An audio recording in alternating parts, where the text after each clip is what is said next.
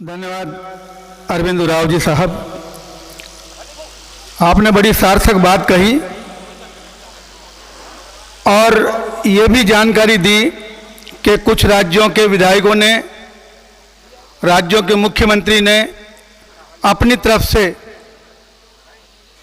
Column लागू कराने की जो मांग उठाई, हमने उसको अपनी अभिशंसा के साथ केंद्र की तरफ भिजवाया। शुरुआत हो चुकी है साथियों।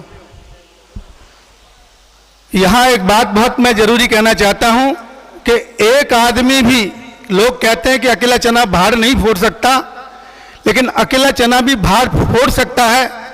कौन कहता है आसमान में छेद नहीं हो सकता?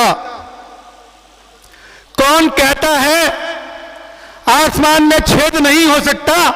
एक पत्थर तो तबीयत से उछालो यारों, आदिवासी और पत्थर उछालें, छेद नहीं हो, सरकार हिल जाएगी।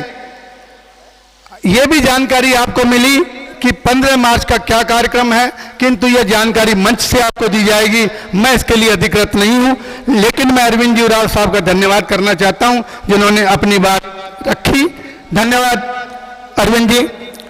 हमारे बीच में LIC की शांति देवी जी मीना पधारी हैं, उनका भी एक बार तालियों के साथ स्वागत किया जाए साहब।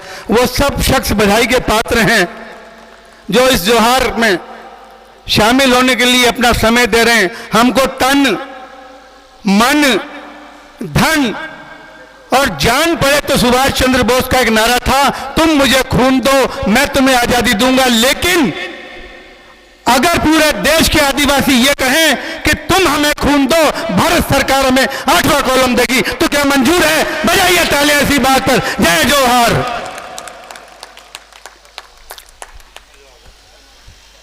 झारखंड से ही हम सुनेंगे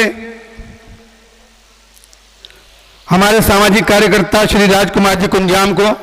आवे अपनी बात रखें श्री कुंजाम साहब। धन्यवाद हमारे मंच संचालनकर्ता महोदय। आज राजस्थान की धरती में उपस्थित हमारी मातृशक्तियों, युवा शक्तियों, पितृशक्तियों, इस कार्यक्रम के अध्यक्ष हमारे हरि नारायण मीना सर, अतिथि के रूप में हमारे आदरणीय MLA साहब, विभिन्न प्रांत से उपस्थित हमारे आदिवासी सगाओं, साहित्यकारों, बुद्धिजीवों को मेरा शत शत नमन, सेवा जोहार। मैं कम समय में ही अपनी बातों को रखना चाहूँगा। राजस्थान की धरती में ये मेरा प्रथम आगमन है और मैं बहुत ही गदगद हूँ इस धरती पर आने का। आज का जो विषय रखा गया है, भारत की समस्त जनजातियों के लिए एक अलग ट्राइबल कॉलम, जिसकी लड़ाई पूरे भारत में हमारा जो संगठन है राष्ट्रीय आदिवासी इंडिजिनियस धर्म समन्वय समिति नई दिल्ली, जिसने पूरे देश में समन्वय बनाने का काम किया और विभिन्न ट्राइबल संगठनों ने हम सबों का सहयोग भी किया। उसका परिणाम आज सामने यह 2021 के जनगणना के समीप दिख रही है, जिसमें कि हमारे झारखंड के युवा मुख्यमंत्री हेमंत सोरेन जी के द्वारा पारित करके झारखंड केंद्र सरकार को भेजा गया, पश्चिम बंगाल की सरकार ने भेजा, आंध्र प्रदेश की सरकार ने भेजा।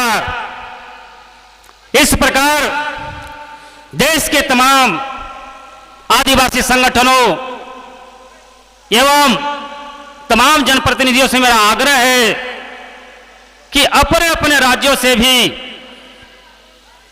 ट्राइबल कॉलम को पारित कराकर इसे सेंट्रल गवर्नमेंट को भेजने का काम करें, क्योंकि ये हमारी आदिवासियत की पहचान की लड़ाई है।